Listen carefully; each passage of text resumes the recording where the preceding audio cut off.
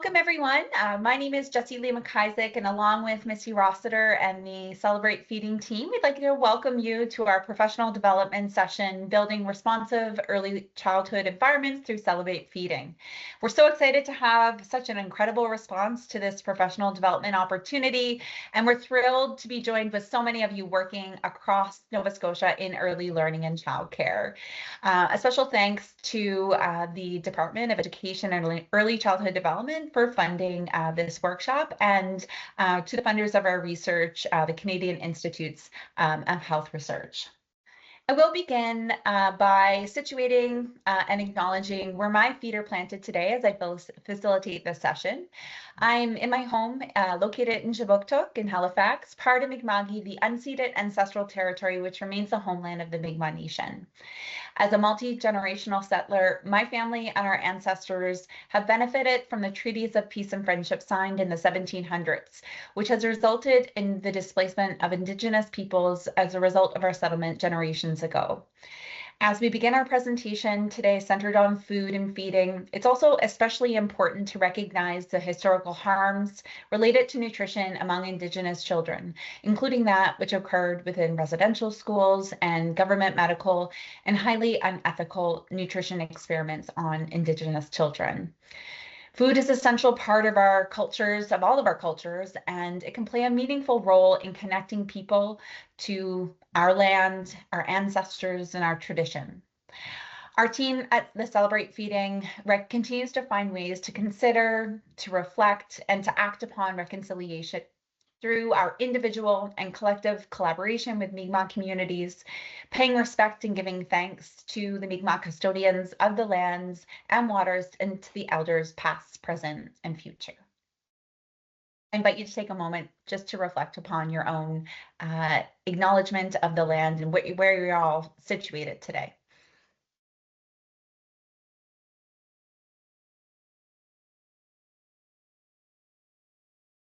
So I'm just going to go through a few housekeeping items to maximize your webinar experience. We have to begin disabled the video and audio settings. This is just to maximize the experience for you all as we get going, to ensure there's no kind of interruptions to the sound, to allow everyone to be able to hear the presentation component.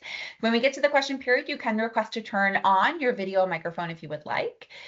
Many of you found the speech bubble and the chat. Please feel free to use that. If you have questions that pop in throughout the session, you're welcome to use that. You can also use the Q&A function as well in the webinar. There is a ... at the top, or a more feature. You can click on that and click on audio settings if you need to change your speaker. And eventually if you need to use your microphone, that's where you might find that. You can also turn live captions on under language and speech if that's helpful, and that will transcribe what we're saying throughout the presentation if you find that useful for you. We'll be doing polls throughout the session to have some engagement with you, to hear what you're thinking about different things that we're sharing. They will either pop up on your screen or you will find them in the chat. If you have any issues with the polls throughout the session, don't worry. You can always respond to the polls just by simply using the chat. So that's no problem at all. And if you have any tech support questions or any issues, please feel free. You can type in the chat or you can email celebratefeeding@msvu.ca. So we're going to chat a bit about first who is here. So you all completed a survey at the beginning to register for the session, and we're really pleased to have such, as I said, a great response to this professional development opportunity. This is the second time that we're offering this session. We held another session last week with the same content, and tonight we also have a French session happening at the same time as the English session. So you can see here, one of our team members put together some pie charts of where you're all located, and the very first on the left, what program you are working within, the majority being regulated childcare settings, and what your primary role is in early learning and childcare. So we're really glad to see a mix of participants from across facets, both geographically and in the early learning and childcare sector. So before we launch into the presentation, I'm going to tell you a bit about us as facilitators of the session. My name is Jessie Lee McIsaac, as I mentioned. I'm an associate professor at Mount St. Vincent University in the Faculty of Education and the Department of Child and Youth Study. I'm an associate professor here and a Canada Research Chair in Early Childhood, and I direct a research center called the Early Childhood Collaborative Research Center.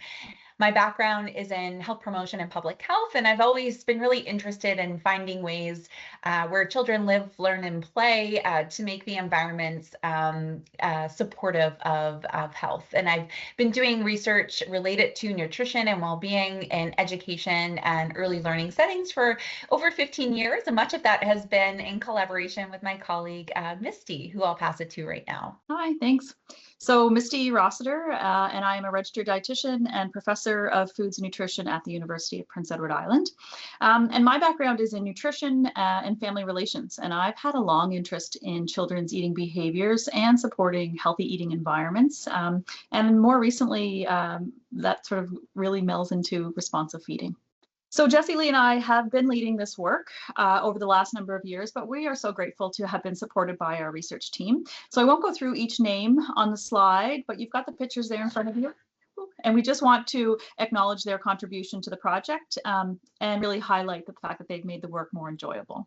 I'll note specifically Julie and Sarah this evening. They are on the webinar, and so you may hear their voice or see them pop on throughout the next couple of hours. So we're going to start with a specific question. We're going to keep it fun and lighthearted. What is a favorite food or drink at your early learning program? There's always a certain meal or a favorite food that the children look forward to in childcare, so let us know what that looks like for your program. Take a minute to pause and think about your response. Our agenda for this evening, we're going to review some learning objectives for the next couple of hours. We're going to talk about the role of educators and the benefits of responsive feeding. We're going to touch a little bit about what we heard from you around food and feeding. We're going to introduce you to the Celebrate Feeding project and really work through what we refer to as the Celebrate Feeding approach, really kind of focusing on certain behaviors or certain practices that align with program, language, and mealtime. And then we're going to finish with some common challenges and work through potential solutions, and then finish with a question and answer period. So learning objectives for this session. We are going to explore how responsive feeding aligns with the food and nutrition standards and guidelines in early learning and childcare. We're going to learn what responsive feeding means and what that could look like in everyday practice. We're going to discover practical ways to bring a responsive feeding approach into your own unique setting, and then identify some of the challenges and possible sort of shifts in practice that could pop up. As you know, there have been recent updates to the food and nutrition standards for early learning and childcare programs in Nova Scotia. The new standards are aligned with the current Canada's Food Guide and continue to promote access to healthy food and supportive, responsive, and inclusive eating environments. This update provides further integration of responsive feeding approaches in particular. So we were so pleased to see new sections on language and responsive feeding, the feeding environment, and a section all about creating opportunities for children to learn about food. There's also other sections like modeling positive attitudes towards food and food not being used in relation to behaviors. Those are key sections related to responsive feeding as well, and they have new content added. Also updated are sections on inclusive food environments and culturally responsive practices. So food environments are inclusive when the needs of all children are met. All children can share, learn, and celebrate diverse food practices, mealtime traditions. This is important content that reflects latest evidence to support healthy development and growth in young children and promotes inclusion in a variety of ways. So there has been an information session on updated nutrition standards, and there's been another one on menu planning. Both of these sessions are available on the Nova Scotia Education and Early Childhood Development website, and the link is right there through your screen. Tonight, we are focusing on responsive feeding approaches for this webinar and the important role that educators have with food and feeding. The importance of childcare environment on children's health and well-being has been well documented. We know educators, ECEs, are the experts in early child development. Mealtimes are a classic part of the childcare routine, and children consume much of their daily intake in these environments. So childcare programs and educators really play a huge role in shaping children's eating behaviors. There are a lot of important reasons to create a responsive feeding environment. Responsive feeding is evidence-based best practice, but feeding responsively can sometimes be challenging as well. So in our research, educators often ask for extra support, especially in some of the more challenging feeding situations. Educators were sometimes unsure about things like how to encourage children to eat, but not pressuring them. So we want children to sort of consume foods and eat till they're full, but we don't want to be, using tactics that could be considered as pressuring or, coercing them to eat.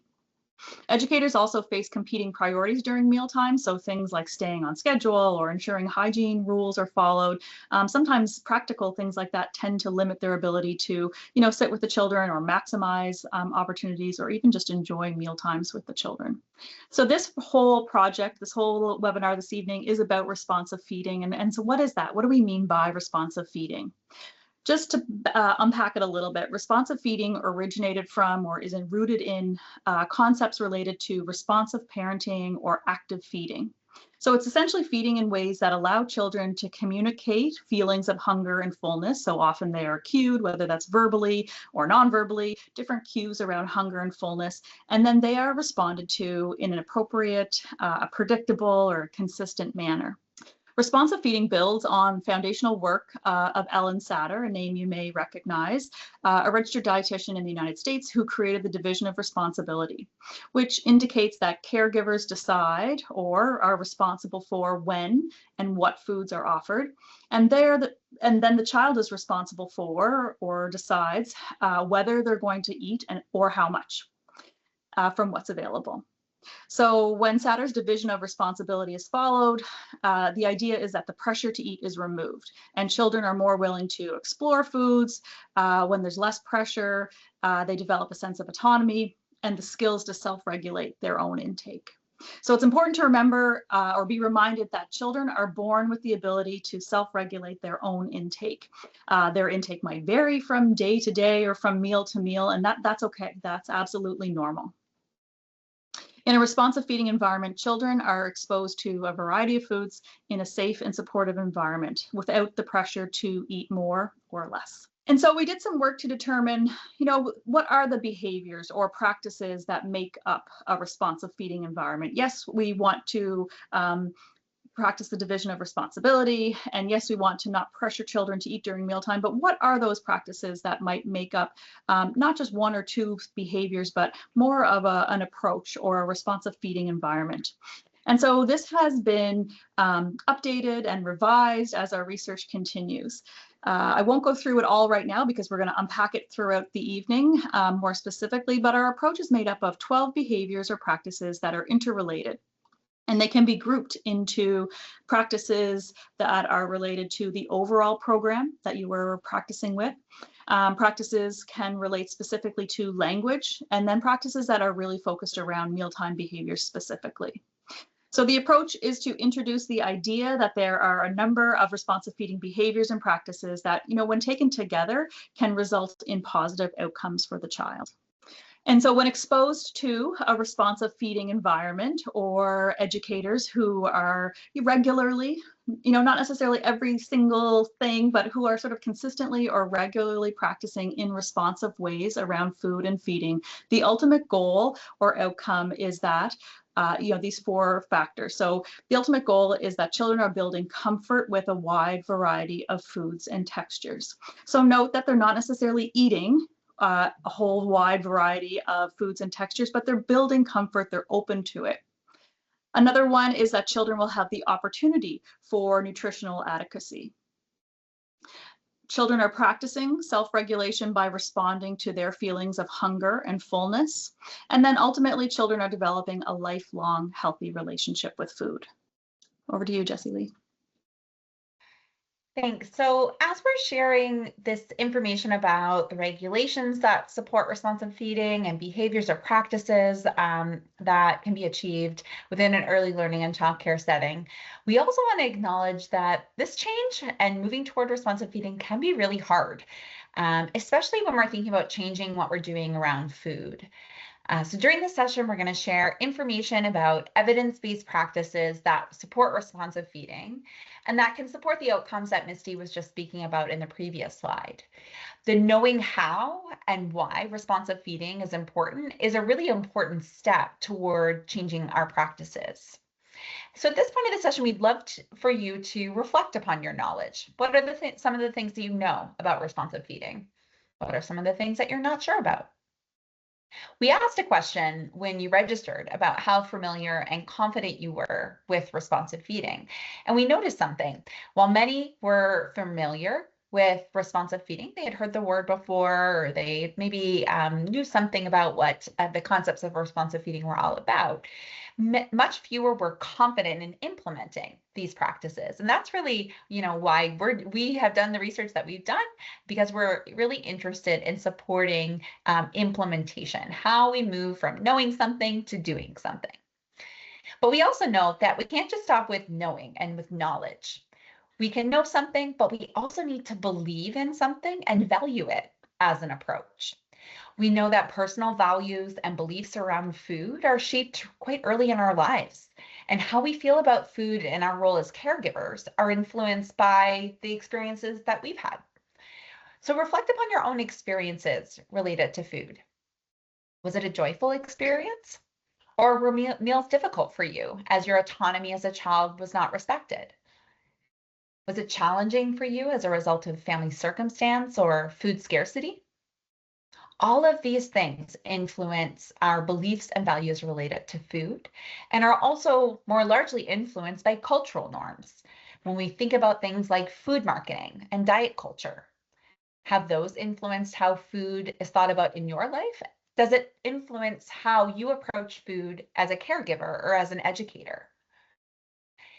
Finally, in addition to thinking about what we believe and how we value food, and if we do value a responsive feeding approach, we also need to be thinking about the people around us. So that's in the green part of this image here.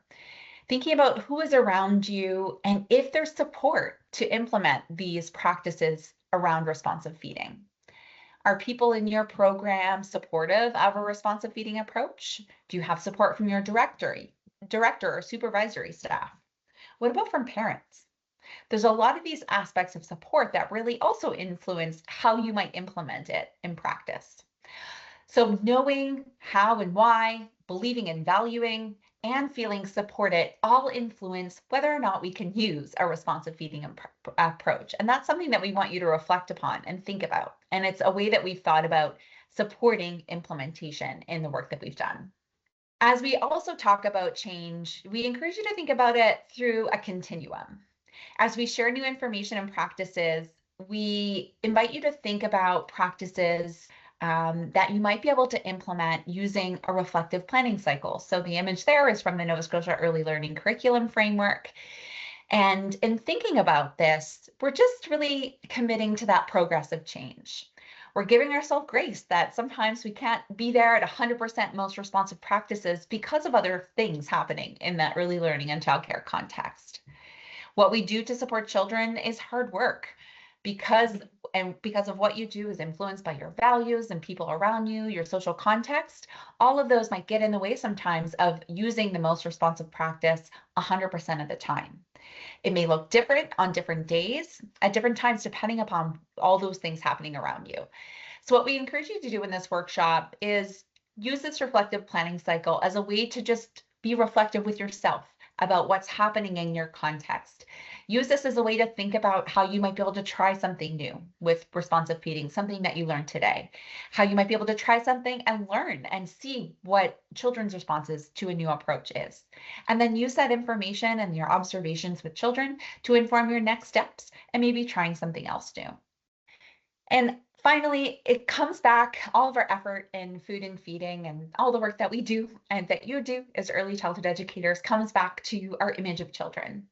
One participant in our past research project talked about this, and it really resonates with our team, and thinking about the clear connection of responsive feeding to our curriculum framework after her participation in the project. This participant told us that in every facet of a child's life, she viewed children as capable and confident and curious, But she noticed that herself and educators didn't always have the same perspective of children when it came to food. So this participant told us that it was a huge realization for her that of course children are capable and competent in making decisions related to their hunger and fullness.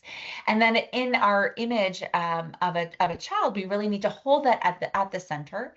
And as adults, sometimes get out of the way of children expressing that capableness when it comes to food.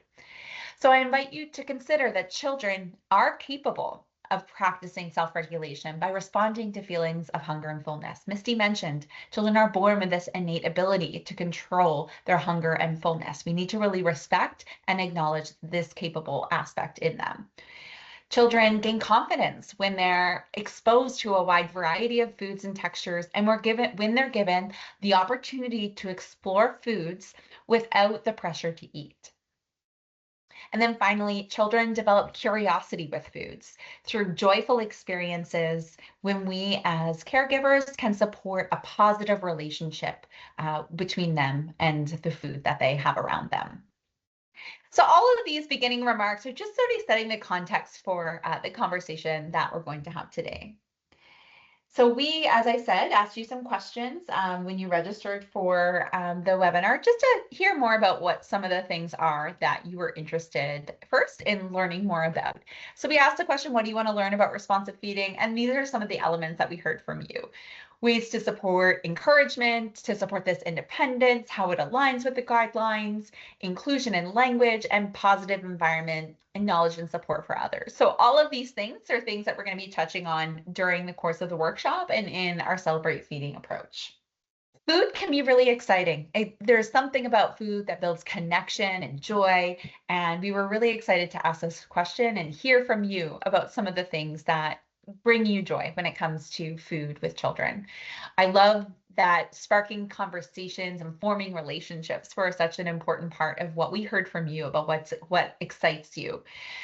Supporting that exploration and fostering a healthy relationship with food was another. Expanding knowledge and building autonomy of children as well. And then finally, as I said, because food is hard, changing what we're doing around food is hard, it's value laden, and there's a lot that we have to be reflective about our own experiences as adults. Some of the things that worried you as you filled out the survey, ensuring proper nutrition. A lot of what we do around food is because we care. We care about children's health. We care about their well-being. And a lot of some of the practices that we're going to be talking about are really well-intentioned, but evidence suggests that they're not supporting a responsive feeding approach. And we'll get more into what that means a little bit later. Flexibility when it comes to being served, food waste, the food costs, of course, are difficult. Communication, how, and Misty mentioned this, how we can support children's autonomy and not get into saying things that might be pressuring them to eat. And it was also evident that you all were concerned and you were worried about unhealthy relationships with food and eating.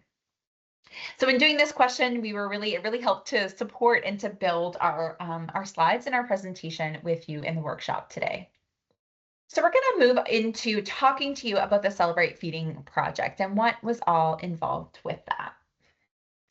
So as was mentioned, Misty and I have been doing work in the area of responsive feeding and early years nutrition for quite a while.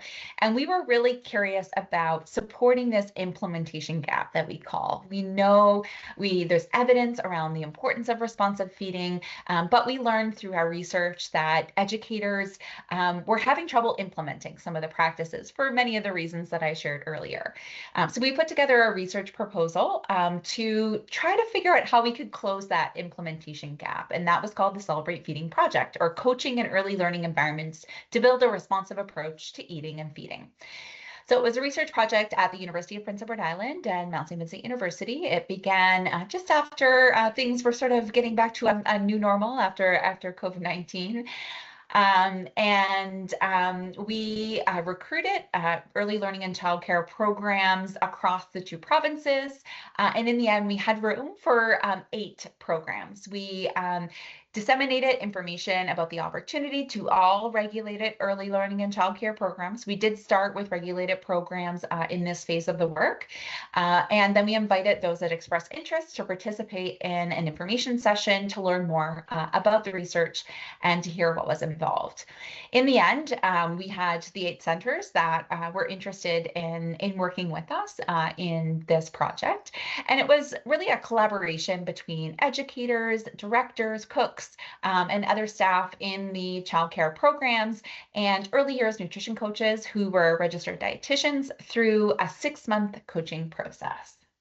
This was, as Misty mentioned, we've used this Celebrate Feeding approach to really clarify what it was we were focusing on with respect to achieving change. So what were those behaviors in early childhood educators that we were targeting to support responsive feeding practices? So you'll see this image again and again, as it's really what centers what we do in responsive feeding. So what did coaching look like? The coaching began after we did some observations within programs to figure out where we were starting at with respect to implementation of responsive feeding practices. We did some baseline data collection, and then we held an introductory webinar with educators and directors and other staff from all centers. We held a first in-person coaching visit, which developed some goals with programs. So one of the things that we really focused on in Celebrate Feeding was working with programs where they were at. So really working on relevant goals that they wanted to focus on using the behaviors in the Celebrate Feeding approach. So what was it that was important to them? Some educators wanted to focus on self-serving family style meals, while others preferred to work on their language related to food and feeding. So it really depended upon where they wanted to start. So after the first in-person coaching visit, when we clarified the goals, we started to do some coaching with them. So coaching looked like a visit once a month. They worked alongside of educators, providing information on best practices. They demonstrated and modeled behaviors, and they were also available by phone and email for support between visits. So the coaches really worked alongside during usual activities. There was a lot of troubleshooting in thinking about working toward goals. Questions were asked about unique scenarios, and we really helped to troubleshoot and identify ways that worked for that program based on where they were at that really navigated their unique context. Throughout the intervention, we provided a number of resources, both physical resources and handouts to help educators achieve these responsive feeding goals. And we also had a social media, regular social media posts during the course of the intervention and newsletters to provide additional information and support for change. So what did coaching look like? These are some of the resources that we had available for programs. We provided some books. We provided a lot of child-sized utensils to help children, to allow children to serve themselves. We provided some table topic conversations to have non-food related conversations during mealtime. And there was also some infant feeding tools as well. We had some other coaching supports as well that we offered to programs during the course of the intervention. We had all of our programs participate in the Nourishing Beginnings online modules, which is something available through the Dairy Farmers of Canada. It's a free resource, a really excellent one that provides some foundational information about responsive feeding. We had some optional webinars that were designed to address some common questions that were coming up throughout the course of our coaching, rethinking picky eating and infant feeding module as well. As I said, we have monthly newsletters and social media posts, and all of this information is still available on our website. And we'll be sharing some resources that we created throughout the coaching, throughout our session, as we would very much like for others to be using these tools as well. So at this point of the session, we just want to touch base with you again and do another poll. So I think Julie's going to launch it for me here. We provided a number of coaching resources, and as we think about our next steps for the intervention, we're curious which coaching support you might find most beneficial. We'd love you to choose up to 3 resources and coaching supports that you would find most beneficial if you were to be a part of a similar type of intervention or project. Is it email newsletters, physical resources, social media posts, coaching in the classroom, coach virtually? or virtual webinars like this, or handouts. So we invite you to select up to 3. I'm already seeing the responses roll in there. Physical resources I'm seeing as leading with coaching in the classroom. Yep, those were our common benefits, absolutely, that I think people really appreciate it. So again, choose up to 3. Feel free to choose up to 3. It's really helpful as we're thinking about next steps for our project, that we can think about the resources that early childhood educators are really wanting to support responsive feeding. So in addition to these webinars that we're offering and professional development, what are some additional supports that you could see as really beneficial to support you in the efforts of responsive feeding? Take a minute to pause and think about your response. Great. I'm going to hand it off to Missy, who's going to talk about the results of the Celebrate Feeding project. Perfect. Yes, I'm going to share with you just a snapshot. So with regards to results, we're going to make it quick for the sake of time. Tonight is really about trying to move into those practical suggestions and opportunities for every day. But we do have, I'll just note, we've got infographics and publications. So we've got peer-reviewed publications and a corresponding infographic for each publication that are available on our website, and they go through our results in great detail. But to summarize, all of our findings demonstrated that centers had created a more responsive feeding environment following coaching. And so that's not necessarily surprising. We were happy to see that. We expected to see that due to the nature of our study. It was a feasibility study. So it was one of those studies that, if everything works well, if everything's sort of well supported in an ideal environment, what would this sort of work? And so we noted that it did. All educators that had answered the post-intervention survey felt that this project helped them to create a more responsive feeding childcare environment. The total observation scores at 6 were found to be significantly higher than before the intervention. And so just like I said, we're not sharing a whole lot because it's out there and you can access it, but we want to just emphasize some of the positivity that came from educators. And we've got a couple quick quotes here. Quotes from educators on how it changed the food intake in the classroom when the pressure came off. So the first quote says, or I'll just read a snippet of it, but it says, it changed the food intake in the room immensely when the pressure came off of who's eating what and how much of what. The next quote speaks to educators really appreciating how self-serving builds children's confidence and promotes their motor skills. So, they talked about how it's just part of the routine now, which will help it to sort of keep going. So the fact that it's just almost second nature, it's how they work within the room, and the fact that it is actually very beneficial. So transitioning, what does it look like in practice? Our Celebrate Feeding approach really aligns with the new standards and guidelines. So we want to emphasize that. We're going to talk through each of these educator behaviors that make up the Celebrate Feeding approach, each of the behaviors that really help to contribute to a responsive feeding environment. And up in the corner there, we'll see throughout the next few slides, just ways that they really do link to the new Nova Scotia standards and guidelines.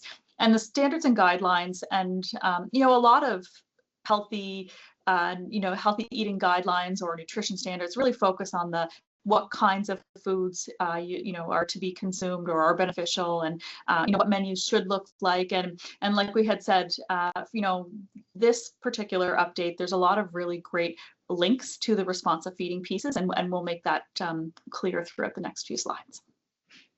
Okay, so we are going to explore each category within the Celebrate Feeding approach, and we're going to start with the program.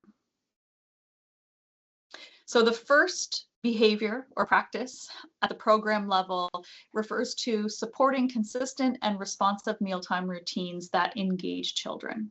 We know how important routines are in childcare, and also how important it is to communicate routines and expectations for children. Consistent routines are key to supporting transitions of children throughout the day, and certainly throughout the mealtime process as well. So it's the same with feeding. Children need to be supported before, during, and after meals and snacks. So this can start outside of mealtime. It can include meal planning, food preparation, visual schedules, picture menus are really helpful, and children setting, clearing tables, hand washing, those types of kind of routines that really helped to, signal that it's mealtime. And again, they're really important as it can reduce sometimes meal-related stress, especially some children who maybe are a little bit more anxious around foods or haven't always had a positive experience around meal times or foods. Just this sort of opportunity to have that predictability is helpful. By reducing stress around mealtime, we will increase the chances that children will become more engaged and willing to just come to the table and explore the food. So when we think about, okay, what could we do? Reviewing the day schedule and telling the children when food will be offered relative to other events. So again, little simple things that seem overkill perhaps to us are really important details that, again, a child who might be anxious around meal times would appreciate. So, we will have lunch and then after we will go outside and play, or, reading and then getting ready for that meal. Letting children know what is on the menu for meals and snacks. And again, that can be prompted verbally or the picture menus. Again, really give children that autonomy to observe and know what's going to be offered.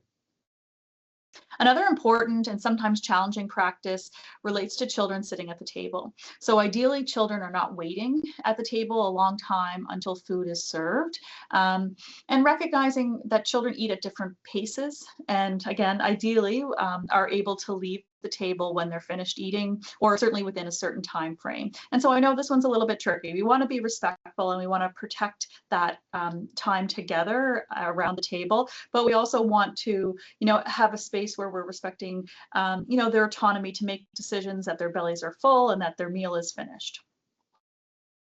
At the end of meals and snacks, reminding children when the next opportunity to eat will be. So again, they can decide, is my belly full, or when will I be eating again?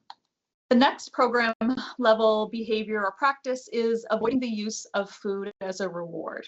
So this means not using food as a reinforcement for a particular desired behavior.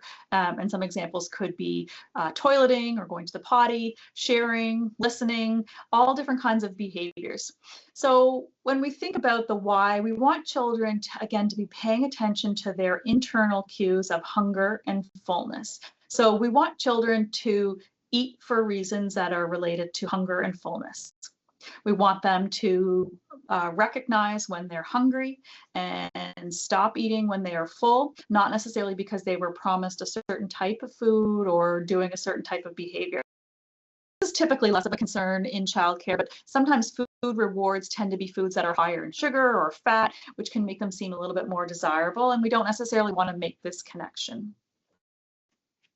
This is a little bit more complex as well, but when working with children who have specialized developmental plan or maybe a unique feeding disorder, the Celebrate Feeding approach allows for unique or nuanced situations. If possible, we want to try to still work towards a replacement of food as a motivator, but again, if there is a child that has food as a motivator as part of their specialized developmental plan, maybe there's opportunities to just sort of think about, how that could look a little bit differently. The next one is engaging families in food and feeding. And a huge benefit to responsive feeding is when it really is understood and practiced across early childhood environments. So across the family environment, across early learning programs. So engaging families in food and feeding can mean sharing evidence-based resources that profile responsive feeding or again, describe responsive feeding. It could mean engaging families to participate in meals and snacks, to profile the mealtime environment and to highlight the delicious menu that you have or those self-serving utensils that children are capable of serving their own. Some practices that support responsive feeding, sometimes they run counter to previously held beliefs about food and feeding in the family environment. So again, I've done a lot of work with families as well, and there's a lot of rules around meals and foods at home, and so sometimes when we practice in a responsive feeding environment, it doesn't necessarily align with what is happening at home. So for example, finishing all the food on your plate as a respectful behavior is something that has been long-standing. Eating all your food will make you big and strong. Those kinds of thinkings don't always line up with responsive feeding environments. So just this opportunity to share resources and create non-judgmental opportunities that help provide a consistent message between some of those best practices at home and at the center. The next one is reflecting different family cultures, food practices, and unique feeding requirements. So we mentioned that inclusive food environments and culturally responsive practices are expectations within the nutrition standards. So you can see the sections there at the top right-hand corner of the screen. And they are part of a responsive feeding approach. It's important to integrate food and feeding rituals, preferences, traditions, and all different allergies in order to celebrate diversity and inclusion. This can include books, recipe cards, and even just conversations around mealtime norms that reflect different family cultures, different family contexts, and different family values. Emphasizing to children that everyone has their own unique likes and dislikes. So the don't yuck, my yum concept. Celebrating our differences using simple language to talk to children about dietary restrictions or allergies in order to respect the needs of all children is another important point. Our next slide shows some photos from one of the centers that we were lucky to work with. And these images come from even before the project. So images from around the world, a great way to teach kids where their food comes from or where their meal may have been inspired by, and really just an opportunity to celebrate all different kinds of food. So great things happening in centers across Nova Scotia. Another way to engage families and reflect different cultures and food practices is even something like having new families submit recipe cards or just even information cards as part of the intake process to childcare, which again, I know lots of centers are doing already. Okay, the last practice included in that broader program-wide level, part of the responsive feeding approach, or the celebrate feeding approach, is providing repeated opportunities to explore foods. This allows children to explore new foods without expecting them to eat or even taste or try it at all. And this particular practice really helps eaters that might be a little bit less adventurous, or sometimes referred to as our cautious eaters or picky eaters, which we try to avoid, but kids who just might need to warm up a little bit to some of the foods. Having this repeated opportunity is a huge piece of responsive feeding practice. Some children need to see or interact with, meaning touching it or maybe just smelling it or be playing with it. They need to sort of be able to do that or interact with the food many times before they taste it. If a child didn't like something the first few times, it doesn't necessarily mean that they won't like it later. They might just be learning a little bit more about it. They might just be getting a little bit more information about it. So we want to continue to offer that food. There's some literature that suggests it could take up to 20 exposures, or it could be way more than 20 exposures. And again, exposures meaning perhaps they're just not necessarily eating or tasting any of the food, but maybe today they're lining up the beans on their plate, or they're listening to the snap the pea might make whenever it breaks. Maybe they are just smelling the hummus the first 5 times. So these kind of tiny exposures, they start to accumulate into comfort and familiarity over time. And foods that are familiar, those are foods that we start to then try and accept eventually. So when possible, another best practice is really trying to have familiar or accepted foods alongside of new foods. And again, this is particularly helpful for eaters that are less adventurous or very cautious. If they're just not eating a whole lot, or they're feeling maybe a little anxious around mealtime, having something that is sort of what we might think about as safe or familiar or accepted alongside of something that might be a little bit more novel or new is really, really helpful.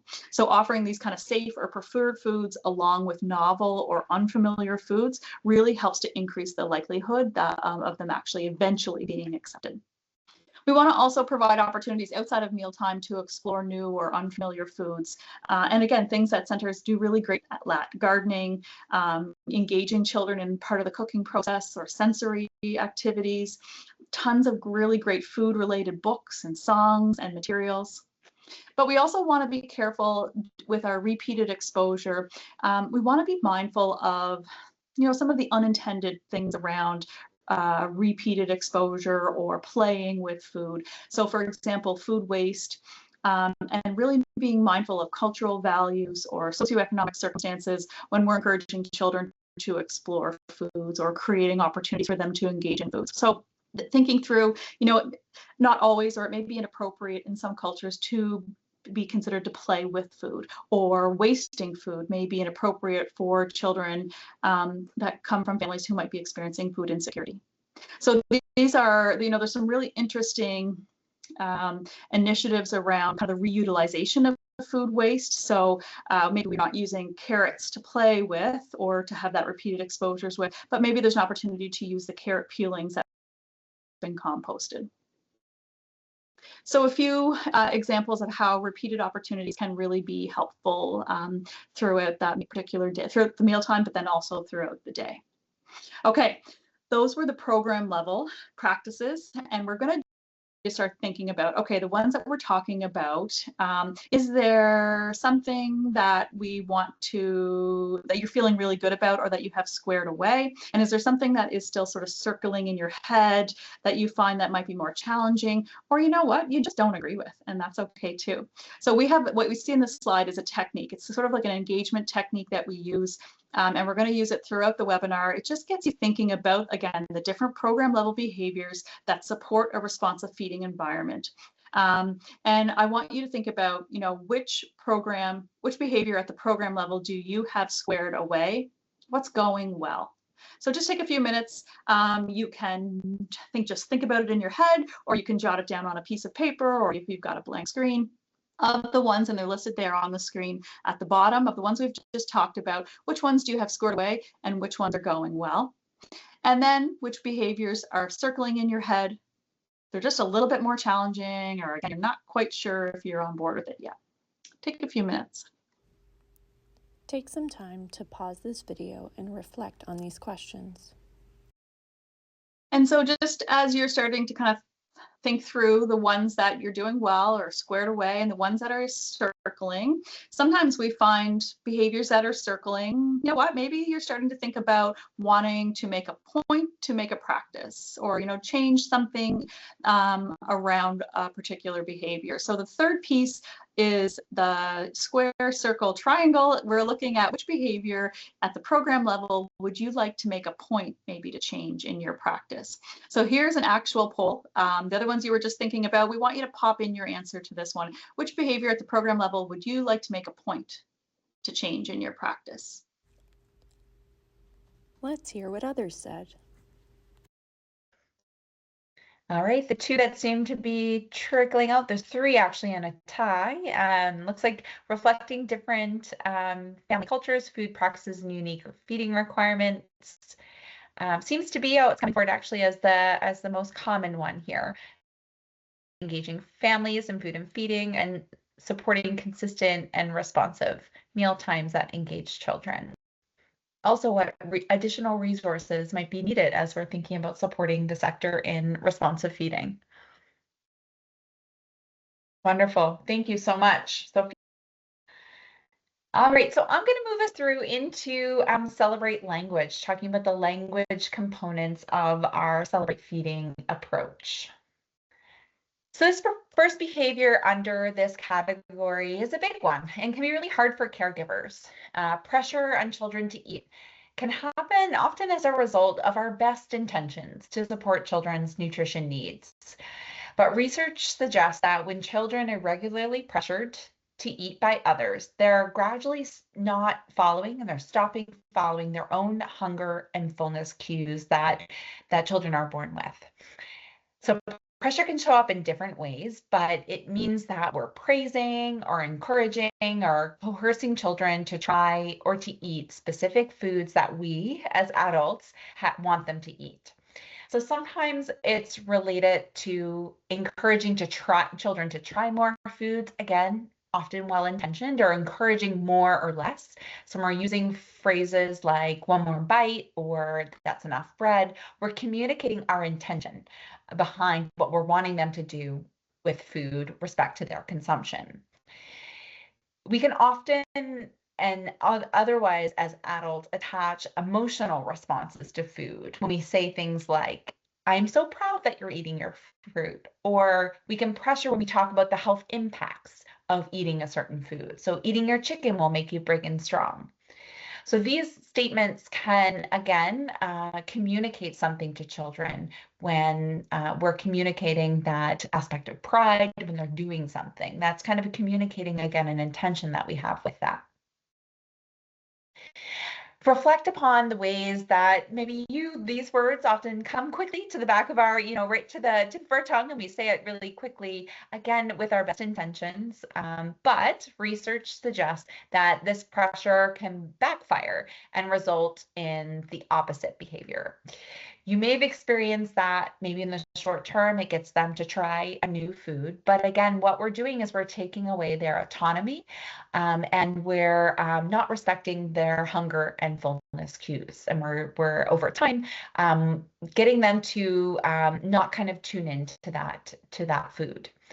Furthermore, when we're coaxing a child or really trying to coerce a child to eat something, eventually that may result in them being less willing to try new things. So when we're really, again, taking away their autonomy, it often has the opposite long-term effect than we want.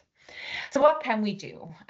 We can encourage children with gentle nudges related to what happens at the table, but again, trying to get away from what we want of them around consumption.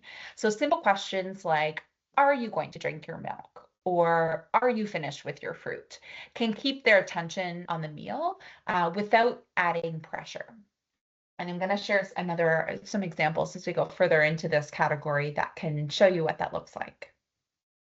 So using neutral, non-judgmental language when we're talking about food. So think about the ways that we can change the ways that we're talking about foods that can change how we impact how children are feeling about food and eating. It's especially important to think about the language that we use to think about foods if children are eating different things at snack and lunch. So the majority of regulated childcare centers in Nova Scotia do provide lunch and snacks. Not all do. And also there could be children based on different food restrictions that are bringing food in. We also know in other programs in family home childcare and in pre-primary programs, sometimes food looks different around the table. So we as educators need to really be thinking about the language we're using when we're talking about differences in food. It's important in this that we're reflecting upon our own biases that relate to food. So avoiding any diet or weight talk in front of children is a really important part of using neutral language. Another important part is talking about foods in ways that focus on exploring instead of eating. So we can talk about the color, shape, texture, where food comes from, without talking about the intent, again, of what we're trying to get from consumption. Calling foods by their names, so labeling a food as a food, calling it a cupcake instead of a dessert, a chips instead of a treat, and avoiding labeling foods such as good and bad and healthy and unhealthy. When we label things as bad or unhealthy, that can, again, communicate an intention of a feeling of doing something wrong. And what that can do is create an unhealthy relationship with food over time and cause behaviors such as hiding foods or eating when no one sees them, things that we really don't want when we're thinking about children having a healthy relationship with food. We want to create a safe, positive environment for children to enjoy a variety of foods and avoid attaching feelings of guilt and shame that comes with food. So as mentioned, we can talk about the food's color, shape, and taste, whether it's sour or sweet, crunchy or soft. And this approach provides and invites curiosity without judgment. This, again, also means staying neutral about children's preferences. So when they like or dislike a food or texture, we don't want to show signs of disappointment or signs of excitement. So try to stay neutral when a child perhaps that is more cautious is trying something new. When we have a big reaction, then again is communicating, our intention or an expectation in relation to food. If we sort of approach food at mealtime through this neutral stance, it provides children freedom to explore it on their own terms and that feeling of safety. So we've created this continuum a little bit earlier, where we have less responsive practices that are really about coercion. So you can see things like drink your milk and then you can leave the table. Eat your oranges and then you can have another cookie. You need to eat at least 3 bites of everything on your plate. So those are really communicating an intention to eat, to coerce children to do something that we as adults have determined we want them to do with respect to food. And you can see as you move to the right, we're getting toward more responsive ways to be thinking about the language that we're using with respect to food. So pressure-related concepts, different from coercion, might be something like milk is good for you, it gives you strong bones. Your friends are eat their oranges, don't you want to try them too? You should have something to eat. If you don't, you'll be hungry later. And how many times are we thinking about their hunger? And again, thinking the best of them. But if we're saying these things, then it is communicating something to children that's, again, an expectation. In the middle, in the blue, we have things like praise. That's where we're communicating that kind of emotional response. So good job, we're really communicating that drinking your milk is a good thing, kind of using those good words. Again, really praising around trying new things. While again, we think we're doing that with the best of intentions, what that again can communicate is that is the good thing to do. So that praise in the blue is that. And the pink and the green are more areas where they're the most responsive ways to be thinking about the language that we're using, gentle prompts when we're talking about, we're trying to redirect them to the food behaviors during mealtime. So around just asking, are you done? Would you like to drink your milk? Are you still hungry? Is your tummy telling you that it's full? So really getting children to tune into their own hunger cues while still, again, asking them a couple things to kind of keep their attention, knowing that we only have so much time for the meal. And then in the green, you can see that more neutral language where we're not communicating an intent, we're just talking about food. Milk is cold and creamy. It comes from a cow. Today's snack is oatmeal, cookies, and oranges. We're just communicating what's available. And the next statement's really important. It's okay if you're not hungry. The next time we're going to eat is at lunch after we play outside. So you can see again, that goes back to one of the behaviors that Misty was talking about with respect to communicating and establishing those consistent and responsive food routines for children. That can be a really important part of giving them the freedom again to try the food if they're interested and if they're feeling hungry, and also knowing when the next meal time should be expected. So these are some possible shifts in language that we can work toward. So the last behavior here is focusing on how food helps us connect, play, learn, and grow. So as mentioned, we can talk about where food grows. We can talk about that milk comes from a cow, it's cold and creamy. We can create that connection between food and growth and the meaning that it plays in our lives. Oftentimes, connecting children, identifying how food helps us connect, play, learn, and grow is best done outside of mealtime. So that we're not, again, communicating that pressure or that intent around eating. We can provide lots of opportunity for children to understand how food helps us play, learn, and grow through things that Misty spoke about before, things like gardening, cooking, sensory activities, food-related books, songs, and materials. We want to build an understanding, of course, of where food comes from and the many roles that food has in our lives. So yes, food provides nourishment. It also brings joy and connection and celebration, really providing that full picture of what food can be in our lives. Incorporating exposure through gardening is a great example. Involving children in food preparation are key to helping children open up to new foods. Sensory activities and play, like mud kitchens, can also be a great way to expose children to different textures. And as Misty was mentioning before, it's really important when we do this, when we think about providing opportunities for children to play in relation to food, that we're really thinking carefully about family and community cultural contexts, especially around sensory activities that use food. So really being mindful about issues of food insecurity and the cultural significance of certain foods that have been historically part of different sensory activities. So Misty gave a great example of the carrot and using the peels. There's lots of opportunities that we can be really creative to think about using food to look at the seeds of the fruits that while we're eating the fruit later in the day, and really being mindful about food waste. So these are just a few pictures here of a couple of the programs that participated in Celebrate Feeding and the garden that they had.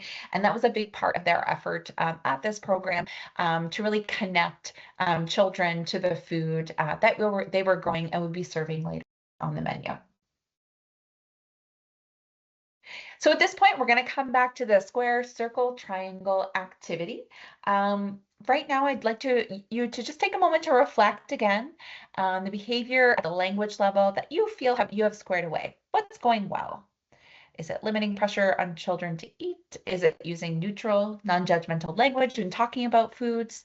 Or is it focusing on how food helps us connect, play, learn, and grow? So which are the areas that you have squared away? And which behaviors at the language level are circling in your head? Which have been challenging for you, or which maybe, again, that you don't agree with?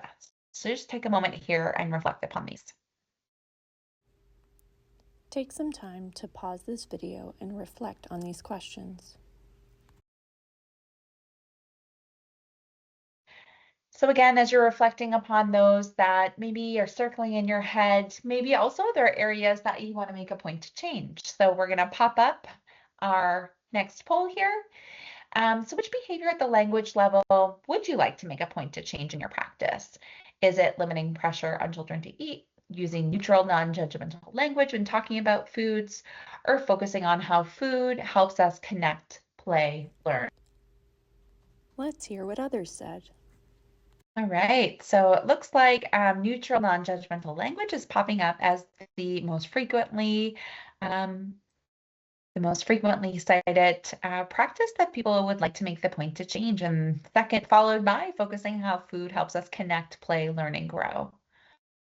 Wonderful. Thank you so much. Yeah, just over half are saying the neutral, non-judgmental language. It's a hard one, and it's one, again, that we have to just think really carefully about and reflect using that reflective planning cycle about where do we notice it showing up and what are the ways that we can maybe start to kind of notice when we're perhaps, about to say something and modify that language. And we'll share a little bit later. We have a few scripts and examples of resources that might help with shifting our language in this area toward things, responses and language that is more responsive. Wonderful. So I will pass it to Misty for our very last section in our behaviors. Okay, great. Thanks, Jessie Lee. So the last one is around mealtime. Mealtime looks different depending on the early learning and childcare program that you have. Some programs, the food is provided. Other programs, food might be packed from home, and then other programs might have a mix. So it can be challenging to navigate these different scenarios, but the best part is responsive feeding behaviors stay the same. So you apply it to your own context within your unique program. The first behavior is being a responsive role model with children. So this could look like engaging in positive conversations that are not only about food. Neutral conversations reduce pressure by taking the focus off eating. So it provides the opportunity for positive, less chaotic meal times, especially again for those children who might be a little bit more anxious around mealtime or anxious around certain foods, or maybe who have always been labeled as maybe difficult or picky eaters. So mealtime might be stressful, not necessarily overly fun for them. And again, having this opportunity where they get to just show up at the table and talk about things that are not related to food or not related to how much a classmate is consuming compared to them, just this sort of neutral opportunity to engage. It helps communication skills, lets children leading the discussion. Maybe there's even an opportunity for fun prompts that can be used to introduce topics as needed. And again, because there's no need to be even commenting on what children are consuming, there's just a really great opportunity for, again, some engagement and fun prompts that have nothing to do with food at all. We all know about the power of role modeling, the power in what we say, in what we do. Children are always listening and they're always watching. They follow our lead. So if you're able, sitting at the table really offers connection through conversation, but also demonstrates your enjoyment of perhaps eating the same food as well. So children are more likely to engage with or even try a food if they simply observe that you are eating it. So note, you don't have to have necessarily a full meal or eat exactly what everybody else is eating, but maybe there's an opportunity to just enjoy small amounts around a table while sitting with the children. When we take the pressure off ourselves to not control the food intake or even mention it, we can again allow for conversations at the table to be about so much more. Sitting with the children and being encouraged to consume the same food can be a sensitive practice for educators as well. So there's feelings of defensiveness. You want to eat your own meal or you want to have your own time as well. That is completely understandable. There's so many demands on educators already during, again, a chaotic time. It's sometimes seen as one more thing that they have to do or one more thing that they're maybe not doing as right as they want to. Particularly also around the expectations for documentation and maybe even pressure from parents to be, understanding or knowing how much their child is eating. But again, it's best practice to perhaps not have technology in front of you while sitting with the children at the table. The next one is encouraging children to serve themselves. So this is sometimes referred to as family style meals, where food is brought to the table and help themselves to their serving of food. This is an evidence-based practice and falls in the realm of responsive feeding. As we support children to serve themselves, we are allowing them to control what and how much goes on their plate. We're also supporting the development of really key physical and fine motor skills as they're doing that. And you know what, it's easy to talk about this and this all sounds really great, but it can take a little bit of time for children to get the hang of it. It can be messy. Children might take more than they wanted or more than they even intended, but they do tend to catch on quickly. Educators are surprised to see how quickly children actually mastered the skills of serving themselves and love seeing how that confidence that was built along the way. Having child-sized utensils are key to ensuring success. So for example, when they're serving it, perhaps it's a very small ladle that they will use for their serving. So that again, just that extra cue to how much am I taking, how much is enough, and learning along the way. If family style meals aren't possible, and we know sometimes they're not, especially with lots of concerns around active illness and other things, there's certainly ways to look for children to be involved and to be independent in this process. So for example, maybe they can't necessarily serve themselves, but there might be an opportunity to ask that child if they want a little bit or a lot before putting it on their plate. They still get to decide and have that autonomy. So here's some pictures of family style service from centers that participated in the Celebrate Feeding project. And again, it's sort of a fun way to see how this could work, or what does a child size ladle or a portion or a scoop look like for them. Some really neat, again, seemingly like that wouldn't matter a whole lot, but in fact, to help kind of ensure success, some centers were doing a great job of this. Okay, so we spoke earlier about food being a reward, but we also want to think carefully about how rewards mealtime.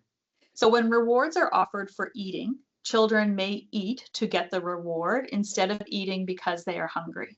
And again, that overrides their hunger and their fullness cue. And I think it's important to emphasize it's not the one-off. It's not, you sort of pressured them to eat, or you're offering a reward one time is not the problem. But again, when these start to kind of accumulate, or they're constantly overriding their fullness and their hunger cues in lots of different ways, is when we start to see possible issues, or again, just moving a little bit from that healthy relationship with food. This could include avoiding phrases such as, you can have more crackers if you eat your vegetables. If you eat all of your snack, we'll read an extra book today. If you finish your lunch, we can go outside early. Or the classic we see in a lot of homes is, if you finish your plate, you can have dessert. That kind of, this if then. Although in the short term, rewards, they actually work. They're very good motivators to try to get a child to have or try a less preferred foods. But we know, again, rewards backfire in the long term. While you might get that one bite of broccoli, in the long term, you're setting up this potential opportunity for a less desirable outcome longer term. Rewarding a child with dessert for eating their vegetables makes that dessert seem even more desirable, and it just makes the vegetable seem even less appealing. As previously mentioned, Again, while food might be identified as a potential and important part of a motivator for a child's developmental team, so again, alongside external professionals or parents and guardians as part of their strategy, really thinking about a plan for replacement of food as a motivator, again, is an important part for that particular child and their plan moving forward. And that aligns with the new standards as well. Okay, the last behavior at the mealtime level is perhaps one of the most critical in terms of shifting the power to children. And it has to do, again, by trusting children to know and really paying attention to their own cues of when they are hungry and when they are full.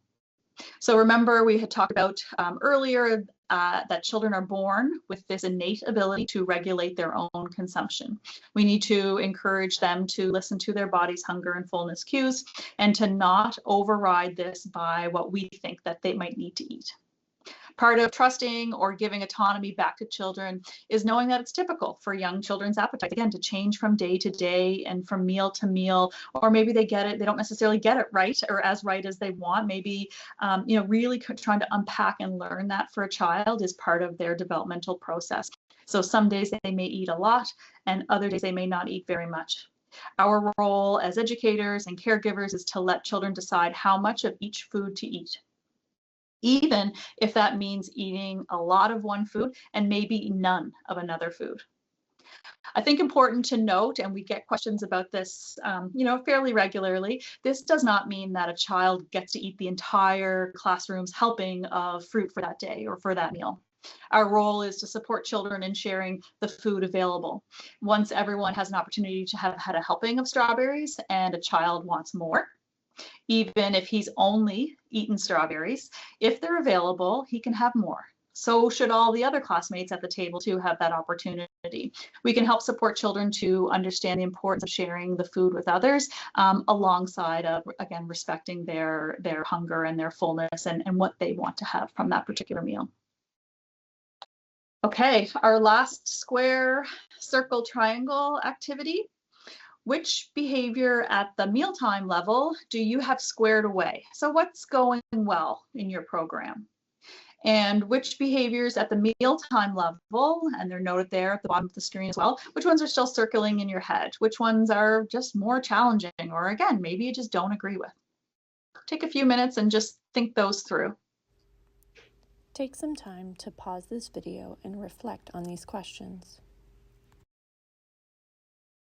And as you're thinking those through, the last one, which behavior at the mealtime level are you thinking you might make a point to change in your practice?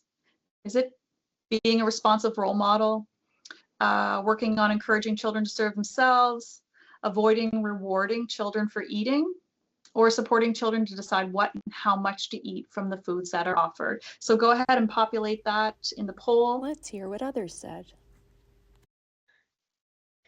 All right, we're seeing the responses come in here, and I think the winner, and I saw some questions related to this also, is encouraging children to serve themselves, seems to be the most common one. Oh, followed by the other ones picking up at the bottom, supporting children to decide what and how much to eat from the foods offered. Great, and there's so much interrelation, I think, between a lot of the behaviors as well.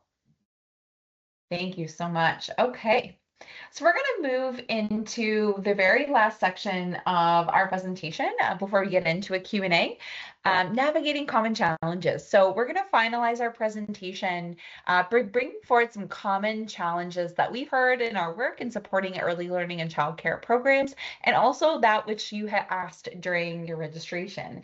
A couple of you, I have been keeping an eye in the chat as well, and a couple of the questions are areas that we anticipated coming up as we have worked with centers across the Maritime region. So one of the biggest things, and this is actually kind of coming up in the responses to the last poll there around really allowing children to decide how much and if they eat out of the foods that are offered.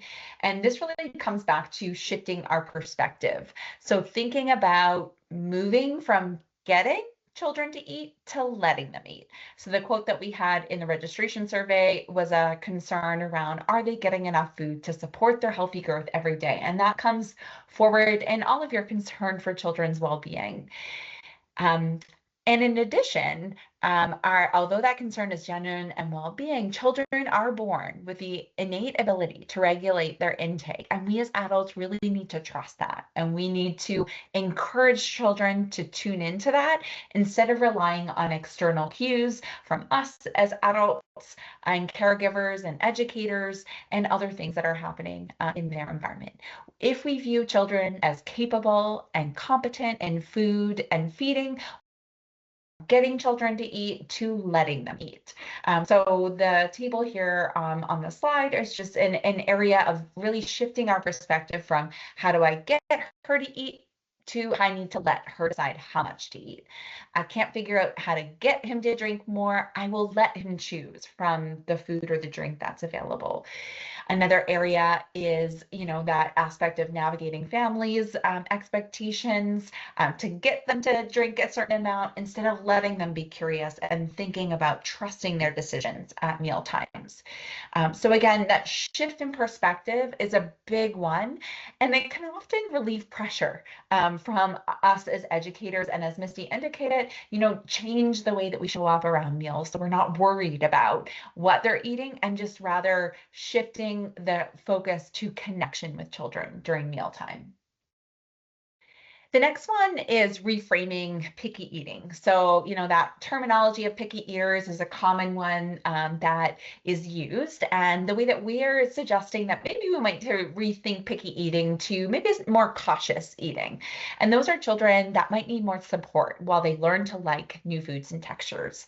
You may think very quickly about those adventurous eaters in your program, those that are excited to try new foods and accept them more willingly. And also you might think about the cautious eaters in your program that just are more hesitant to accept new things on the menu. So when we're thinking about how to support children that are more cautious eaters, we need to be thinking about how we can kind of create those opportunities for greater exposure and provide more opportunities for children to explore and learn about food at their own pace and at ways that, again, are not about pressuring them to do something or consume something. So if a child is accepting fewer foods and textures, really think about the ways that you might be able to provide repeated opportunities for food exploration during mealtime. Encourage them to maybe squish or to play with some of the foods that are available. I saw one question in the chat about, creating some imagination during the mealtime, making it playful. Absolutely. Food is about connection and play, scooping those potatoes up and letting the peas fall off the mountain, all of those things encourage children to interact with foods, to touch foods, to engage in ways that are not about them consuming. So our perspective is, yes, absolutely encouraging them to interact with foods in ways that might eventually mean that maybe they'll pick up that pea that's falling down the mountain and maybe eventually, taste it, perhaps. But really, again, not communicating you want them to do that, but encouraging them to interact in those ways. And thinking about other opportunities, maybe for our cautious eaters, to involve them in food preparation so that they're being exposed to foods and different parts of the food preparation that might create that more opportunities for exposure.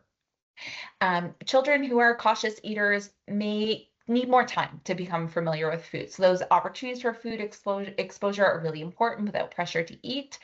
And providing that safe or more accepted foods alongside of more new and novel foods, as Misty mentioned, is a really important part.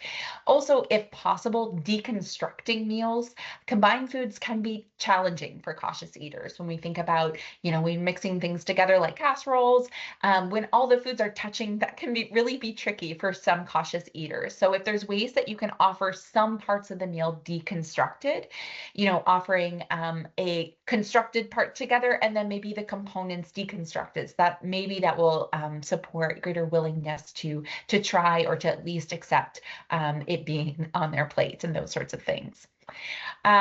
Children also can be anxious about mealtime if they know that they're a cautious eater, and children know that pretty quickly. And because of the ways that picky eating is used sometimes in language, that label is something that children can start to, start to take. And again, that's why reframing what we're saying around picky eating is a really important part of that. And if a child knows that maybe they have less foods that they're comfortable with, they can start to get really worried about mealtime and if there's something that they will be able to eat or something that they will like. So picture menus can be a great way to show children what foods are offered, so that children are aware and don't have to worry about that mealtime and feel really concerned about what's going to be available at the table. All right, I'm going to pop in to talk about children getting enough food. And this is one that it can really feel concerning, even frustrating, when children aren't eating enough food or what we think is enough food. It can feel, if they're not getting enough variety of foods. It's also a part of the hard job too, sitting with children who might be feeling grumpy because they're not choosing a lot of foods, or they're still sort of getting used to respecting their own autonomy and hunger. And, maybe they didn't eat anything and now they're trying to just sort of, there's all these new behaviors that might pop up as they're going through and learning through that process. So, sitting with children and, letting them, that being grumpy is okay, or talking about what hunger might, what kind of feeling that might feel like, and then thinking ahead to the next meal, looking at that picture menu, or talking to them about what might be the prompt for that next particular meal that they want to talk about. The other thing that I think we need to emphasize is children are getting used to different tastes and textures, and that kind of familiarity takes time. I think as adults, sometimes we forget. We know what cooked chicken is going to taste like. We know what grilled versus crispy chicken is like. We know the consistency of an avocado. We've got that experience that children don't. So I think it's really important to think about, what is typical for children. And, some days they might be ready to have a lot of something, and some days they might not be ready for it at all. And that changes as soon as they start thinking that they are okay with a certain food. Perhaps it changes. So food jags, what we refer to as only eating or wanting the same food over and over, that again it's so frustrating, but it's so normal developmentally and typical. And the less attention we give it, the shorter they tend to be. So the less attention that we give something, we can just sort of move on, and again, loop right back to a non-food related prompt or something else along the way. And again, it tends to kind of be short-lived. This can be achieved through having that kind of repeated opportunity. So meals play through exploring sight, smell, touch, and taste. Remember all those different ways that we can enjoy positive and joyful ways to support children's curiosity and confidence as they are learning and as they become sort of competent eaters and kind of feel sturdy in the decisions that they're making for their own bodies. So pressure-free opportunities to explore new and unfamiliar foods. We talked about them already, the gardening, the cooking, the sensory activities, the food-related books, the songs and the materials, having that opportunity for familiar, accepted foods, safe foods sometimes referred to, alongside of the new or scary or unfamiliar foods that we're sort of hoping that they get exposed to. Again, this is another opportunity to, anytime we talk about, repeated opportunities or opportunities to explore different kinds of foods, there are considerations that we want to be mindful around food waste, cultural values around what does playing with food mean, and then again, socioeconomic circumstances that look very different from different homes. The next slide are some of resources that could be used or that we've used to support educators to help build familiarity and different opportunities for repeated exposures. I think the bottom line is, familiar foods become preferred foods, and foods that people prefer or choose are foods often that are familiar and they feel, again, sort of safe around and comfortable around, whether or not they're eating a whole lot or not. That kind of sense of familiarity and preferred, there's ways that we can help to enhance that for children. So I did see a couple questions also pop up about family style.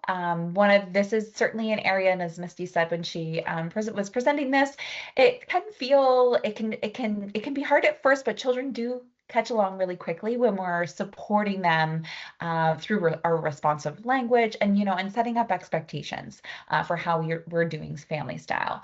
Of course, with food waste, sometimes there's concerns of food waste and, what self-serving might look like. And while that's certainly understood, there's ways that you can set up family style to mitigate and to limit some of these concerns. And again, yes, there might be a bit of a learning curve at first, but we do see that that children catch on really quickly when we're really responsive with our expectations and our language around this. So when family style is a great option, again, for programs where food is provided. We do know that in some programs, like pre-primary programs, food doesn't always look the same. But there could also be, perhaps if snacks are provided, an opportunity to use family style in that way. Although we do hear concern, as I said, about food waste, we usually don't see it as much once the practice becomes familiar. There could be options that you can do to make family style also easier to implement in the classroom, and thinking about, the spacing between your tables to allow a cart to be brought through where you have the big bowls that are going to be placed on the table. So thinking through physically about kind of where you might be able to support some of these practices, and also, making sure everything's on your cart is there so that the educators aren't having to get up and get back down when in search for all the tongs and those sorts of things. So kind of really making sure that you have all the supplies you need so that you're able to really sit down with the children and support and guide them through family style. And that's a big part about our role in supporting expectations around family style. There were a couple questions about concern, and Misty mentioned this before, also in the practice slide, around sharing the meal with others and what happens, if a child wants to eat all of something. That's an expectation that you set with the children around the table. The part about one of the benefits of family style is that it creates that sense of family and of sharing with one another. And that's an important principle to communicate to children about that benefit. So I saw another question about family style sometimes creates some competition around, wanting to finish so you can get to seconds, communicating again the expectation around this is a shared meal. There are things that you can do by starting small. If, you're not sure how children are going to respond to family style, or if you've sensed maybe in the past some competition occurring, maybe you're starting with, one component of the meal rather than all of the meal being family style, so that you're setting that expectation small and building toward perhaps eventually, if possible, and if you feel like this is contextually relevant for your program, to do the entire meal. So that's an opportunity. And on this slide there, we have a couple of quotes that we've communicated in our resources to programs of things you can say, and really communicating that sharing part. So first is around the bread. We'll pass it along when everyone's had the opportunity to have some. We can pass it along again. And sometimes there are limits to the food that is available. When all the bread is gone, I'm sorry, there isn't any bread left, but if you're still hungry, you can have some chili or cucumbers. We know with the food budget, there are going to be limits to foods that are available. The important part is the shared nature, but when there are no more of the certain food available, there's no more available, but there's more of other items. So, communicating again the expectations and setting the limits around what is available is our job as adults. Using serving dishes and utensils that make it easier for children to serve themselves are key. At our workshop last week, we had some centers show some really great child-size utensils and serving jugs, like the water jugs that are smaller in size, so children can start with the practice of pouring.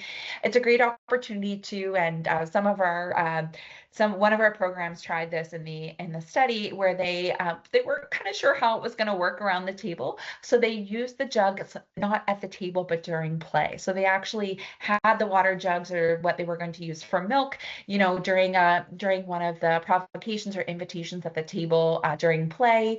So children were practicing with the pouring, and they weren't kind of, the opportunity for waste with the milk wasn't there. So children were practicing that skill, really kind of supporting that development, so that they would have the confidence when they brought the jugs for the milk for mealtime to really master that and feel quite good about it. So supporting that outside of the mealtime, practicing those skills of kind of picking up and pouring can be a really helpful thing to do during play.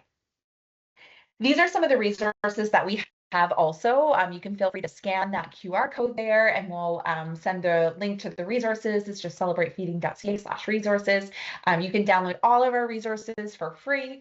And this is one of the resources that we created to show some tips about how family style meals can be successful based on our experiences working with programs. So that might also help if you're curious about how to start this, or maybe to, change something that you're doing around family style to improve its implementation. So the other practice that I talked a lot about was shifting our language. We did hear from you that you were concerned about saying the wrong thing. And sometimes we can get caught up in, I don't want to say the wrong thing. So then we don't say anything at all, when there can be things that we can still do at the table to create that connection. So really the principle around language is taking pressure off children to consume something, but still providing opportunities to build connection related to food, using language in neutral ways. So describing the color, the shape, texture, smell, taste, how a food is prepared, how it grows, are all wonderful ways that we can develop connection around food and talk about food in ways that, again, don't pressure children to eat more or less of something. So the examples on the slide there and the quotes are just things that, again, are ways to be thinking about talking about kiwi. It's a fruit with green on the inside with a fuzzy brown peel on the outside. It tastes sweet. So kind of talking about the principles, what it looks like, what it feels like, and the taste components. The example of hummus and cheese are just other things that are ways that we can think about, again, talking about foods without the pressure to eat. Another really important thing to do is, when we're thinking about meal times, is talking about things that are not related to food. So just building connection with children around the table. That's a really important part also. If we're not sure about what to say about the food, don't talk about the food. Just talk about the day. Talk about what children are excited about. Something that happened earlier in the morning that was funny. Really just try to move away from talking about food if you're concerned about saying the wrong thing. The continuum here is one that I've shared before. It is available also on our website if you're trying to understand how we can shift our language from a less responsive way when we're coercing children to moving toward more neutral language. These also are resources on our website. Again, you can scan the QR code. These are ways that we, again, have communicated to programs that we're working with, in ways that we can start to shift our language by using more neutral language and shifting toward feeding without praise, pressure, and coercion, and explaining what we mean by that. So these might be useful tools if you're curious more about language. So our final content slide, it leaves us with a bit of a kind of call to action for you also in thinking about our next workshop, workshop 2. We want to be thinking about change through a continuum and through this reflective planning cycle process. We shared a lot of new information about responsive feeding, perhaps new information, perhaps it reinforced something of what you already knew about responsive feeding. But when you're hearing information about responsive feeding, we encourage you to consider all of the behaviors as a way to maybe start shifting or start thinking about differences in how you might be able to implement practices related to responsive feeding. And use the reflective planning cycle shared in the early learning curriculum framework as a way to be thinking about moving toward change. What we do to support children with food, it's hard. As I mentioned at the very beginning of the presentation, our food is shaped by our values, our food is shaped by the people around us, and we really need to be mindful and gentle with yourself also about creating some of these changes. It may look different on different days at different times, depending upon what's happening around you. What we encourage you to do is be reflective with yourself and with others at your program. Identify what's happening. What are some of the things that maybe you think you could work on? What are those areas that were circling in your head that are challenging and that you want to make a point to change? Identify some possible steps through things that we've shared in ways that you can move forward toward a more responsive feeding practice with children, and try it out. Try it out and see what happens. Record children's observations, reflect on how that went, some things that maybe worked well, some other things that didn't, and think about how you might be able to use that information to engage with a new practice, or perhaps shift the way that you used that practice in your setting. Really, again, just thinking about change is a really helpful way to start moving and start thinking about changes, and we invite you to bring the reflections of using some of these responsive feeding behaviors into our next workshop. So our second workshop is going to be in the winter. We're inviting anyone who's taken part in workshop 1 to attend, and we're planning on using your observations, those practices that you've tried to implement into the workshop, so that we can work more closely with you to understand and to brainstorm ways that you can implement responsive feeding practices.